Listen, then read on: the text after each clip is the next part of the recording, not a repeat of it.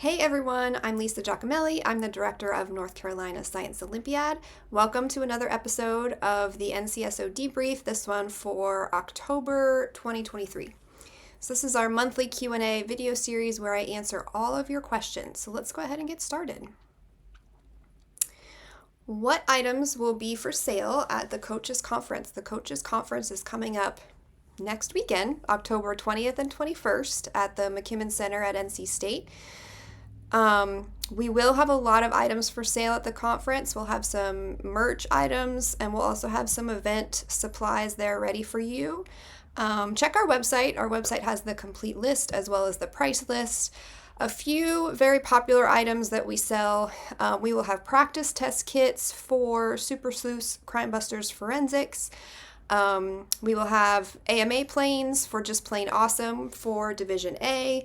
We will have several optics boxes for sale that will have a laser mount and also have a laser with it, some mirror kits for optics, and the loading block and chain for towers is also very popular. So take a look at our website and you can find the complete list of items for sale there.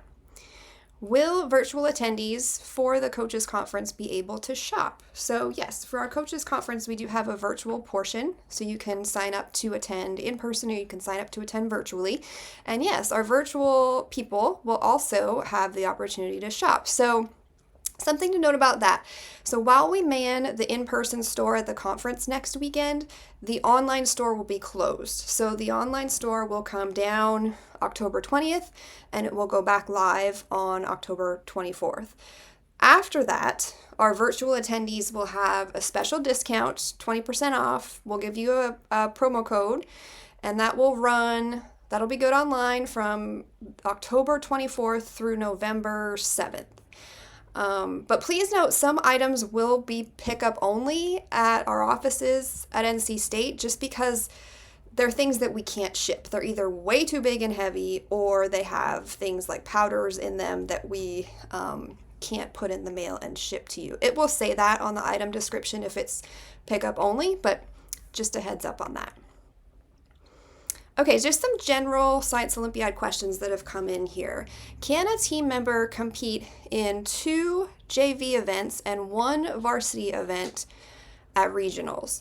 No. So we actually have a policy on this. Junior varsity team members cannot switch to the varsity team or vice versa and compete in events with them during a regional tournament. So really, varsity and junior varsity teams from the same school are to compete as though they are 2 entirely different teams. So you can't mix and match. They need to either be on varsity for everything or they need to be on JV for everything. When will I get access to the Avogadro scoring system as a coach? So as a coach, you'll have access to our online scoring system. It's called Avogadro. You'll be provided with a login to your account, but you will not get this information until generally 1 month prior to your tournament date. There's nothing for you to really do on Avogadro except to input your students' names to your team roster, which really doesn't take very long. You can see scores on there afterwards.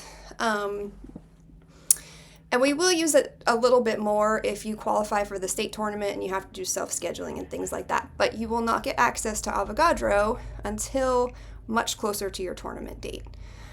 I see there are 2 students on a team for each event. Do students work together on the test or do they each take their own? That's a good question. They work together on one test. But they can divide and conquer the test if they want to. So one student could be working on one section while the other student is working on another section, and then they could check each other's work if that's part of their strategy. When does registration close for tournaments? Good question. So generally registration closes 1 month prior to the tournament date. However, some tournaments will and already have actually reached capacity before then, and some regional directors do choose to close their registration earlier than 1 month, so for various reasons. So we really encourage you to go ahead and get registered ASAP so you can secure your spot.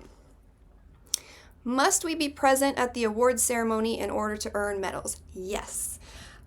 Teams must be present at the award ceremony to receive awards. We can't and won't mail them out because it's a huge job, especially when we're hosting several tournaments on the same day and the same weekend, and there's multiple medals being won all across the state. It's crazy town. So you have to be at the award ceremony to claim your medals, unless, of course, there is some extenuating circumstance that comes up, and of course, then we'll work with you. But the expectation is really that your team stays for the award ceremony, and ultimately, that's like the best part, right? So you don't want to leave before that happens. All right, some Division A questions. This one makes me laugh. Is homemade pasta allowed for Pasta Tower? So there is actually a line, this is not the first time this question has been asked, and there's actually a line in the rules because of this question being asked in the past. So yes, homemade pasta is allowed, but, and I feel so silly even having to say this, you can't add additional ingredients to your pasta to make it stronger. So like, I think the example that's given in the rules is just so funny to me. It says such as metal fibers cannot be added to the dough. So it needs to be made in the typical fashion, and you can't be going crazy adding anything to your dough that is not normally in there. Also Division A, for the Thrill Seekers event, what materials can be used to construct their roller coaster? Is anything off limits? So I've gotten this question actually multiple times already this year, so it's good to address. There's nothing limiting in the rules for build materials for Thrill Seekers. You're kind of wide open on that, but the rules do specify that no added energy by means of any kind of stored potential energy is allowed. So no added energy is allowed. So you cannot add like springs or magnets or rubber bands or things that will like bring your sphere back up to the top after it's already going. Stuff like that. So pay attention to that line in the rules. Crime Busters Division B. Will the students need to perform flame tests for fibers? I wish this was realistic, but no, that sounds terrifying to me. No, we're not going to do flame tests on fibers. Sounds like a lot of paperwork for me to fill out afterwards. So nope, no flame tests. Division B, C, fossils. Will there be an NC regional list? Meaning, so will we provide an NC only list for fossils BC? No, we will not. For fossils BC, we are just going to use the full national list.